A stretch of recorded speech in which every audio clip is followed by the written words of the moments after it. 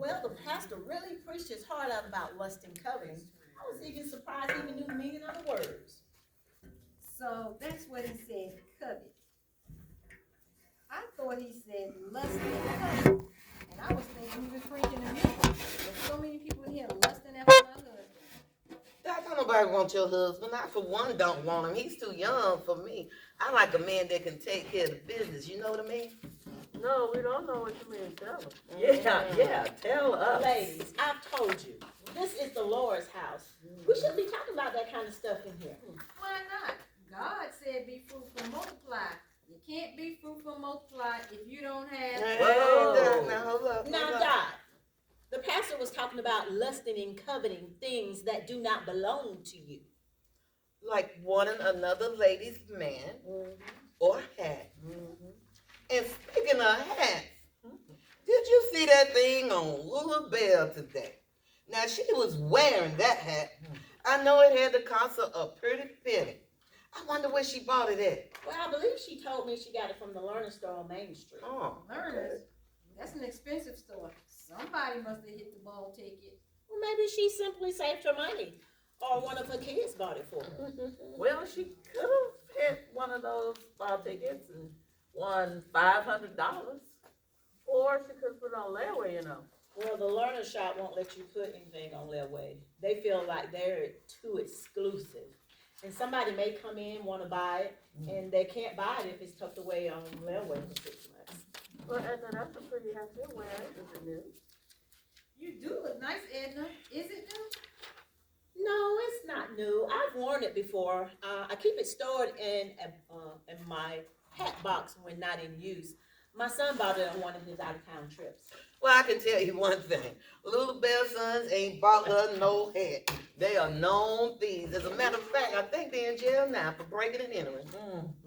Be careful about talking about other people's children, because we all have one or two who are not doing the right thing. That's true. Anyway, did any of you find out anything about the church money?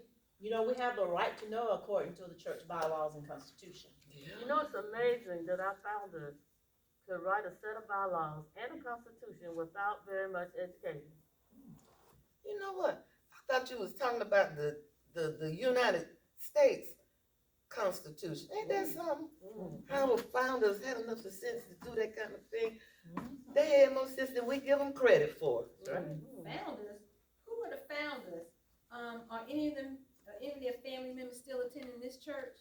Well, the church was started by some 30 former slaves who were worshiping in a brush harbor on the balcony of the white people church. They wanted to worship in their own style, so after a few meetings, they asked the members of the white people church if they would help them start a church. Anyway, the word is we are behind paying the church mortgage. And if we don't catch up soon, they are going to take the church. We definitely can't let that happen. My great-grandmother was one of the original founders of this church. My family grew up right here in this church and were baptized right here. Hold on. I thought we were going to have a meeting to talk about this. Well, apparently the deacons and the trustees got together and they met and they said it's nothing for us to report to the church at this time. But we need to raise our money and pay our bills on time. How did we get in this mess? Well, from what I heard, we are spending more money than we are taking in. You can't keep skipping the bills and think it's not going to catch up with you. Well, we'll just have to give a little bit more money on Sunday mornings. Well, I, for one, do not have any more to give. I'm doing good to put $10 in the collection plate each Sunday. Well, if we want to keep the church doors open, we better get busy thinking of ways to raise some money. We better find a way to get more people attending the morning worship service. Seems like our attendance is down, especially among the younger people. Word on the street is that one of them developers wants to get his hands on our church so he can sell the land and develop it. Well, I've heard that talk for many years, Miss Flossie. Don't worry about that. The deacons won't agree to anything like that without first talking with the members. We need for the pastor to get more people in the pews. Yeah. We give him all that money, and all he does is preach on Sunday morning, attend Bible study, and occasionally,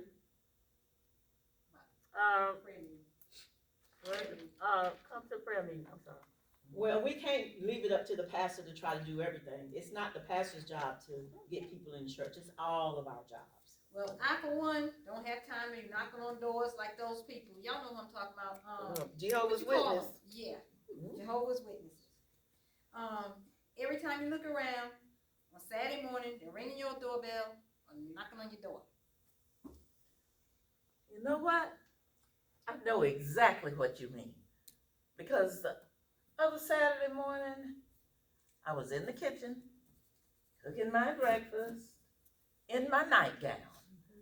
And then I heard knocking on my door, and I wondered, I'm like, who in the... Velma, hold on. Girl, you about to cuss in church. We ought to know better than They that. were knocking on Do we my... need to wash your mouth out with soap? They were knocking. Besides, at least the Jehovah's Witnesses are trying to tell people about Jehovah God. What we need is more people coming to our church that are part of a sorority and or a fraternity. They tend to have more money. Hey, man, Those kind of people think they're too good to worship at our church. Let's get back to the subject at hand. When are we going to meet with the deacons, the trustees, and the pastor to see what is going on with our money? And see if somebody is talking about buying our church. There should not be any secret since we are the ones that gave that money. Even if it is only $10 a month. I give $10 a week. And some weeks that's a stretch for me. Seems to me we better start thinking about ways to raise some money for our beloved church. Well, you know, at my sister's church, they sell chicken dinners and fish plates to raise money for their church. She says they raise a lot of money that way. When I was growing up, I remember the old folks used to sing a song called Come and Dine. Come and dine? What kind of song is that? Yeah. What made you think of that song? I have no idea. I don't know, except we were talking about cooking and raising money, as well as growing our congregation. So it just came to me. You want to hear it? Do we have a choice? All right, we're gonna skip that song. Go ahead to page 36. Now, wasn't that precious? Yeah, it really was. I still don't see the connection to our situation concerning the church money problem. We got to get more people in the church with money coming in. Those with the big money don't want anything to do with us. They think because they went to college, got a degree, joined their sisterhood or brotherhood, and work professionally, they don't have time to attend church and praise the Lord. As a matter of fact, once they get that degree, they move out of the community, they move to get a different job, or for whatever the reason. Well, as I was saying, my sister's church sells chicken dinners, hot dog plates, fish plates to raise money for their church. She says they raise a lot of money that way. They sell tickets in advance so they can have an idea of how much food to cook. I heard talk about that. Well, that sounds good, but who's gonna be cooking all that food? Well, they have a group of ladies that cooks the side dishes at their house, and they come to the church and cook the meat in the church kitchen. I don't like it when people cook food at their house and bring it to church for a potluck supper. The food does not have a consistent taste. Right. Force, what you mean doesn't have a consistent taste? If 3 people cook potato salad, their 3 salads will taste different. You're right about that, Flossie. We really need to be careful about who cooks the food. Well, I'm telling you again, I don't have time to be knocking on doors, and I definitely don't have time to cook food for anybody. How much did they raise from all those sales? Well, I don't have a specific amount, but it must have been a lot because they were able to meet their budget. I'm telling y'all, we cannot lose our church to some developer who wants to tear it down and build some houses and everything else. Our church is one of the last things owned by this in the central business district.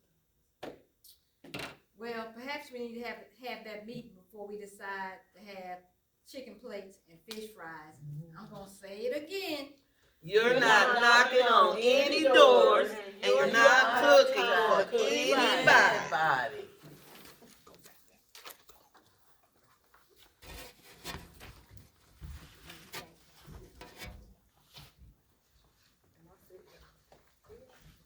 Look at your notes.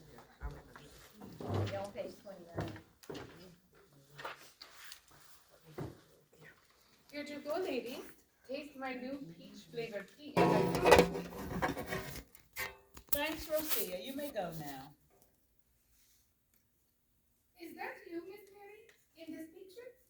Well, yes. Yes, it is, Rosia. You look so pretty back there. Not that you're not beautiful now, but who is that holding you? Oh, nobody special. Just someone who watched after me when my parents were too busy. Let me see the...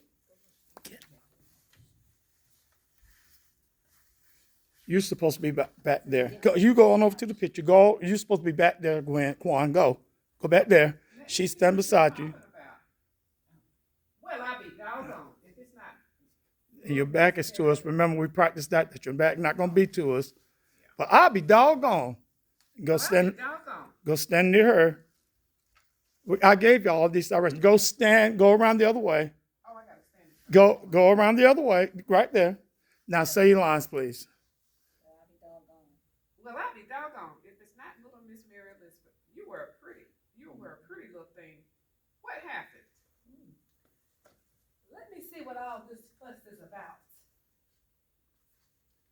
My, you were a pretty little thing indeed. What happened?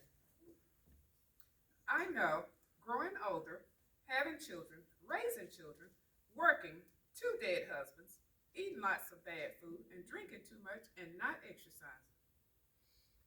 Gravity and menopause. It happens to all of us. And don't forget, it has happened to each of you. I beg your pardon. I can still fit into my wedding dress. I'm still the same size I was in high school and college. I don't think so. None of us are the same. All the facelifts, tummy tucks, and hair coloring in the world can't stop aging. Not even modern medicine. Is that lady holding you, your nanny you've talked about over the years?